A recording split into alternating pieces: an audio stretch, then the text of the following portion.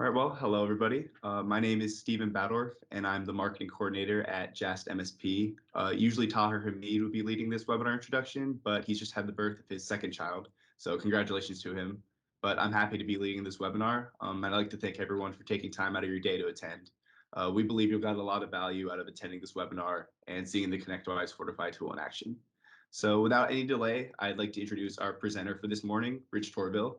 He's the senior sales engineer and cybersecurity specialist with 11 years of industry experience and 3 years of direct cybersecurity experience, making him an excellent presenter for this topic. Welcome, Rich. If nobody has anything to say, we can get started. All right, great. Thank you. Today we're going to be going over the ConnectWise Fortify Endpoint solution.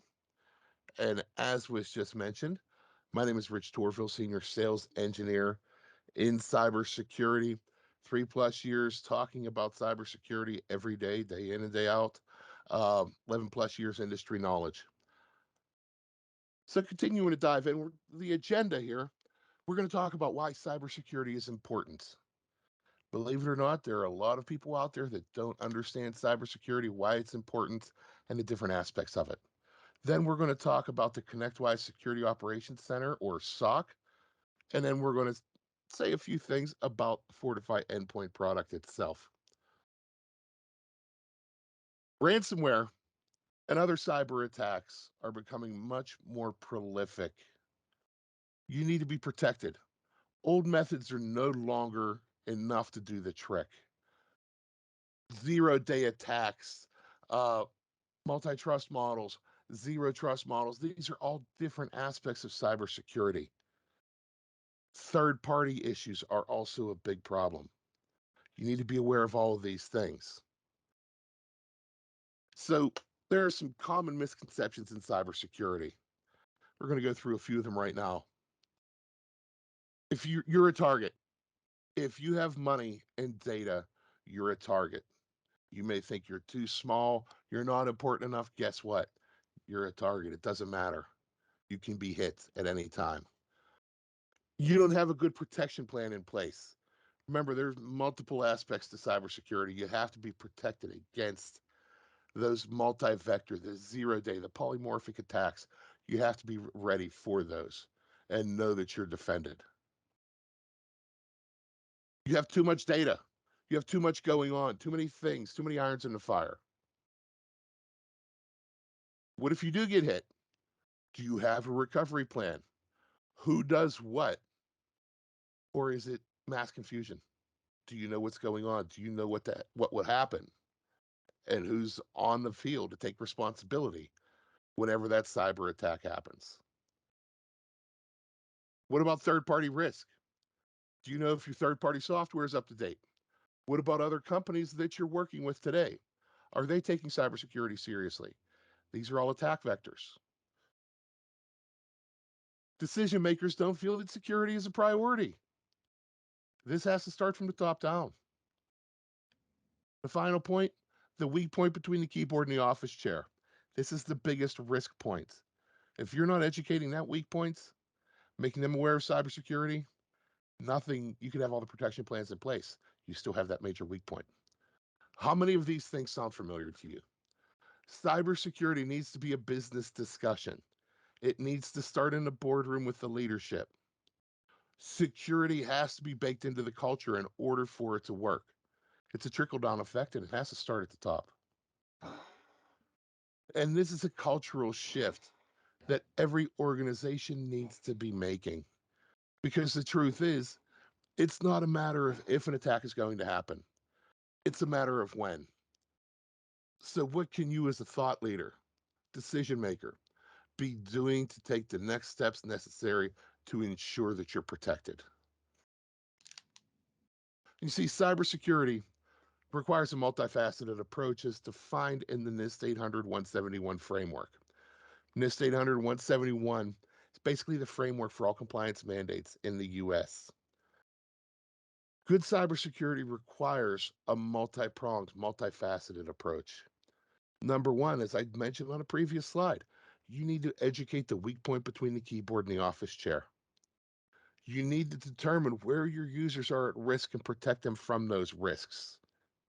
You need to be able to detect threats as they arise, not after they've already infected your networks and endpoints. You need to use tools that provide you the capability to recover from these threats that may have already hit your business. As you're going to find out, you could have a threat on your network right now and not even be aware of it if you don't have the proper tools there. So, do you know how common cyber attacks work? It's hard to believe, but many don't have a basic grasp of these. Ransomware is going to come in as a payload. Could be an email attachment, a file deposited onto your network or personal device, or it can even come in as a script that comes down to your system from a compromised website. That file is then going to execute, and it's going to contact the hacker to notify that it's been planted and provides the target information, the path that it may have taken to get there, IP address, maybe it might grab some credentials so that the hacker has those. And once that hacker has all that information, the files are encrypted and the ransom must be paid to decrypt those files. Backups are not always a perfect solution to defeat this. Often your snapshots are deleted or encrypted as well. Business email compromise is another way that the bad guys are getting money from you. In this case, an email account on your domain has been compromised, most likely through the credentials being released on the dark web. The hacker then uses social engineering to determine important contacts within your company. The hacker will then send an urgent request to one of your team members, often asking for money to be sent to a specific account ASAP. The funds are sent, the hacker has a contact that he can continue to use. And if everything looks legitimate, and these hackers are very, very good at what they do, if everything looks legitimate, then next time that request comes into that contact within your company, that individual is just going to send that money again. You're going to wonder why this $60,000 went to this bank account. Why did this $20,000 go this time? That's what it is. It's business email compromise.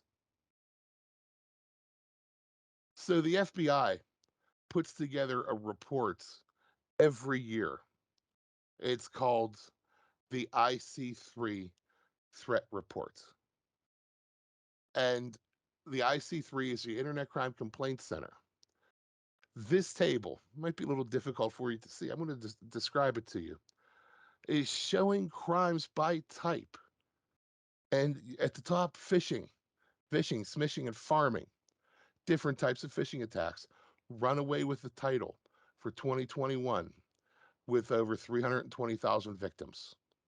Personal data breach, 51,000 plus victims. Credit and fraud, 16,000 victims. It's important to note that these crimes are only taken from the data for cybersecurity incidents reported to the FBI in 2021.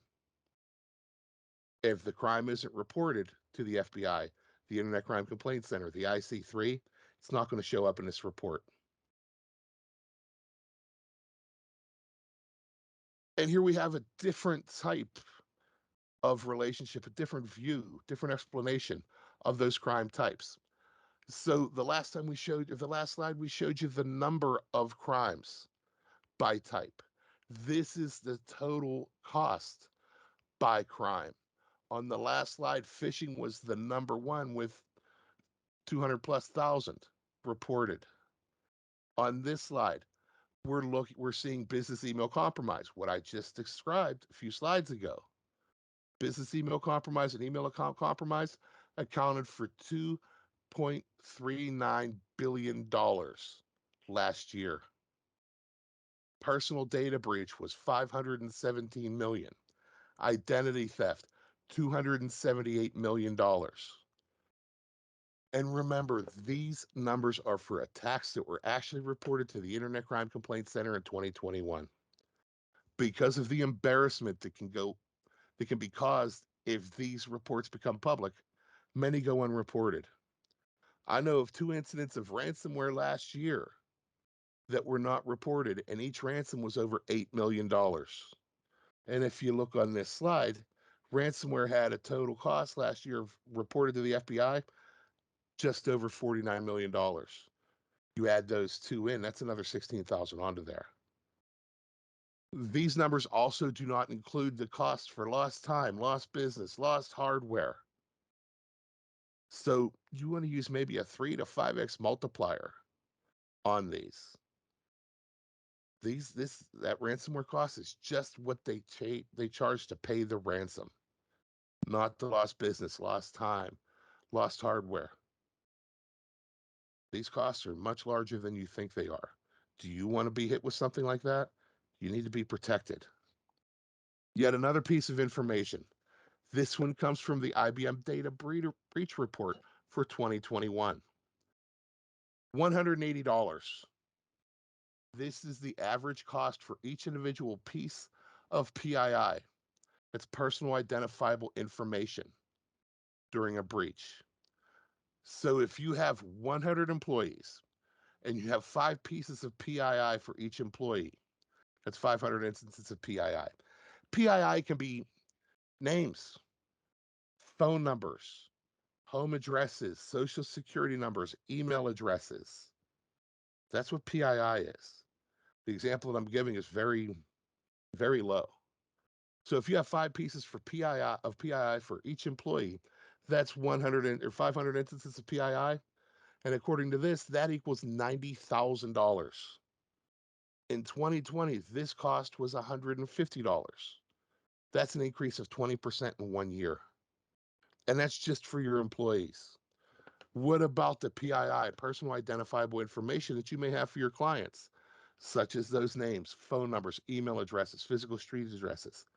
The magnitudes of this are incredible. Some other good points from the IBM Breach Report.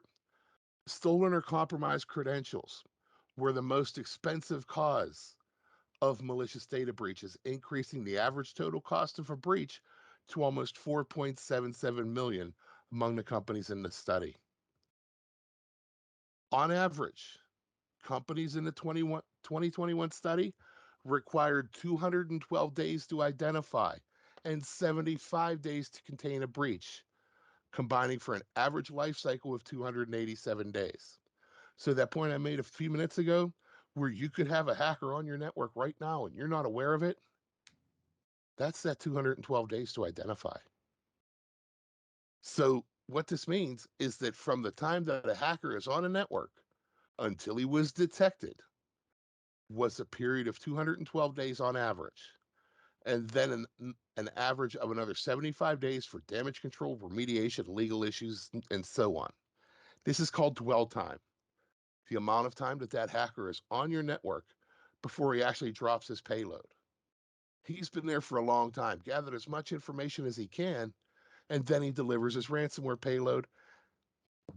You and your service providers have to fix that damage. This can all be prevented with the proper tools in place. So even though ransomware attacks and cybercrimes often aren't reported to the FBI, we know that 51% of businesses have been hit with ransomware or other cyber attacks. It's only a matter of time. It's coming. When it comes to ransomware attacks, we're seeing an incredible increase in costs to SMBs, as well as a great increase in the ransomware attacks and other cyber threats targeting them. As of the midpoint of last year, every Maze and Doppelpaymer attack resulted in data exfiltration. This means that even though a payment has been made, the hackers are still taking your data and holding that for ransom as well, threatening to release that onto the dark web without an additional larger payment. So if you get hit with ransomware, you're making a payment to have your data decrypted, and then another often larger payment to get your data back and prevent it from being released on the dark web. They're double dipping on you. They're getting as much money as they can, right? If you don't have the proper protection, detection, prevention, and recovery plans in place, your only option will be to pay the ransom. So let's dig a little deeper here. It's important to note that even with an outstanding suite of tools, or the specific tool that we're going to talk about here in a minute, you may be concerned that you'll be faced with a large number of alerts. You may be worried that you'll need to expand your team to cover those alerts, resulting in a much larger investment than you're planning for, one you may not want to make. We have you covered there. The Fortify Endpoint tool that we're talking about is fully supported by our SOC, our Security Operations Center. Our SOC, Security Operations Center, is manned by a team of cybersecurity experts. The SOC is based primarily in the U.S. in Pittsburgh, Pennsylvania. We have offices in Atlanta, Houston, and Salt Lake City, as well as Mumbai and Pune in India. The SOC is manned 24/7 to support you. Our SOC is there to provide aid and resolution when an issue goes beyond a quick fix. Our team's going to analyze the threat and provide aid in that remediation and roll back to the last good point before the threat hit, and finally run a follow-up investigation into what happened. It's all included in the services. In the last 18 months, our partners have deployed this tool, Fortify Endpoint, powered by SentinelOne, to an incredible number of SMBs with over 400,000 total endpoints deployed and protected. So you see, this isn't just software. It's a complete suite supported 24/7 by a team of security professionals. Our SOC team members, and these are ConnectWise team members, ConnectWise employees. They hold certifications from a large number of the certification and accreditation authorities, and the team is fully comprised of ConnectWise employees, completely vetted during the hiring process, background checks, and so on. This is the ConnectWise SOC. It's not outsourced. So let's talk about Fortify Endpoint. That's why you're here, really. Fortify Endpoint is a tool that goes far beyond typical legacy antivirus. It's endpoint detection and response, EDR, that uses not just standard definitions of malicious files like traditional antivirus, but also artificial intelligence and machine learning to detect new threats on the fly on every one of your endpoints, desktop and server, Windows, Mac, and Linux. Legacy endpoint protection can't match today's new threat landscape. There's ransomware, Trojans, worms, fileless and memory-based attacks, browser-based exploits. You're on the internet, you have your browser open, whichever browser you prefer. If it's not 100% up to date, there could be a security hole in that browser. You hit an infected website, and all of a sudden you have a threat spreading across your endpoint, maybe across your network. We also have live attacks, script-based, PowerShell, PowerSploit, Visual Basic, VBS attacks. These are all zero-day attacks. They're becoming the norm in today's world. While legacy endpoint protection may have worked well yesterday, advanced EDR is what you need today and for the future. Now, there's a good bit of information on this slide. I'm going to try and make this as clear as possible for you. Fortify Endpoint, powered by SentinelOne, has multiple threat detection engines, powered by artificial intelligence and machine learning to prevent malicious attacks. This covers multiple aspects of the NIST 800-171 framework, including protect, detect, respond, and recover. You remember that from one of the initial slides? NIST 800-171, protect yourself, detect threats, respond and recover from those threats. This is all tying together here. The protect is covered by the static AI detection engine. I call this the basic threat detection engine.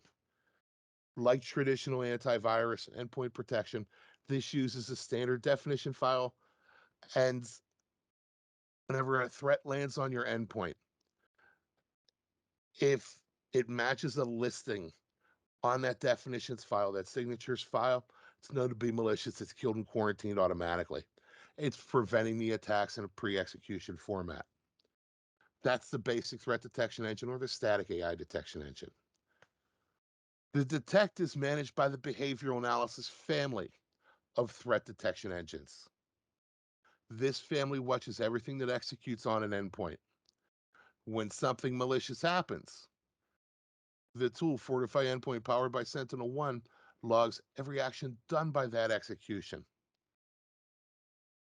If something is found to be safe, that log is removed. Nothing to worry about.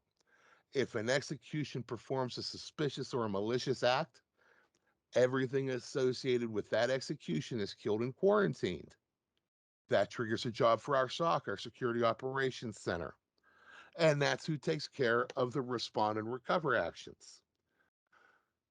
Some infections, some things found by Fortify Endpoint powered by SentinelOne can be remediated automatically, while others do require interaction from the SOC team. The SOC is your team of experts managing this tool and taking care of you 24/7. The SOC has the capability to simply click a few buttons and remediate the threat. That's pretty effective. We also have the capability to roll back to a point in time before that threat landed on your endpoint to eliminate it. Two different ways we can do that remediation. And that's done right through the agent, the SentinelOne agent that lives on your endpoints. So this is, as I said, endpoint detection and response, monitored and managed by the ConnectWise Security Operations Center. That's what we have to provide for you. What questions do you have? Any questions about any of the slide decks that we've gone, or the slides that we've gone over? Maybe those the IBM Breach Report or the IC3 report. More information about the tool.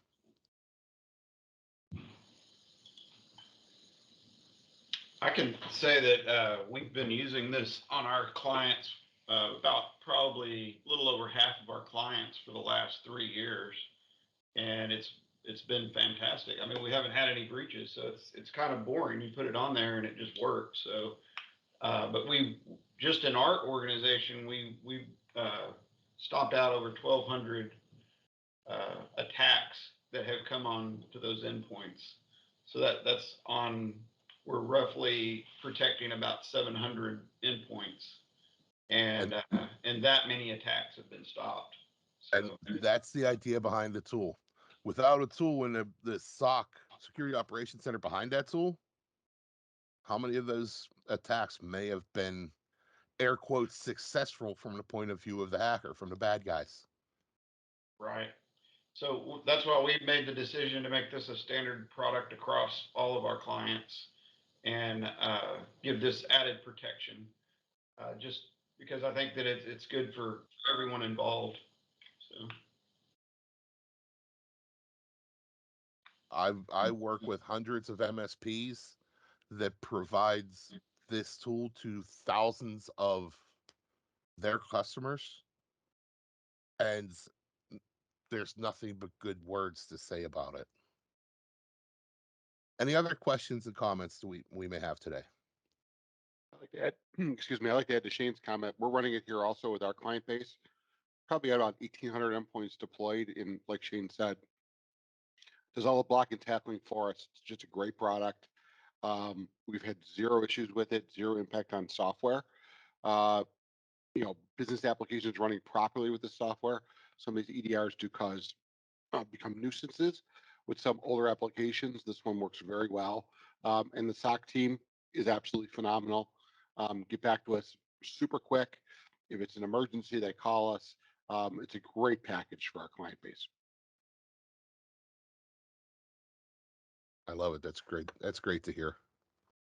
I've been talking about this tool for coming up on 4 full years now.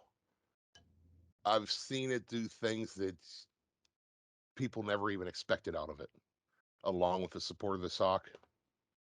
It's an award-winning package. I say it's award-winning. Maybe it hasn't won awards. I can't exactly say for sure what it has won, but it should be winning awards if it hasn't. I give it an award. 2 thumbs up. Hey, we'll take it. No, it's been really good to us. I mean, like Mike is saying, some of these products you put on, they cause more problems than they solve. But this SentinelOne is really a low impact software, especially for everything that it's doing behind the scenes.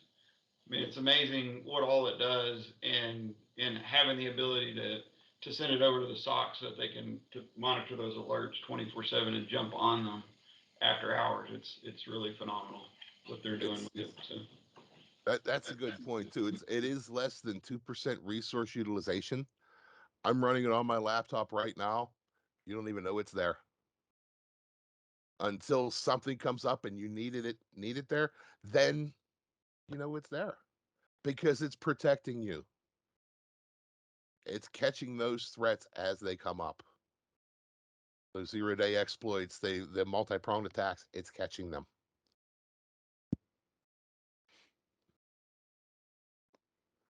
So if there are no other questions, I'd like to thank you all for your time today, and hope everyone has a good week and a good weekend coming up here.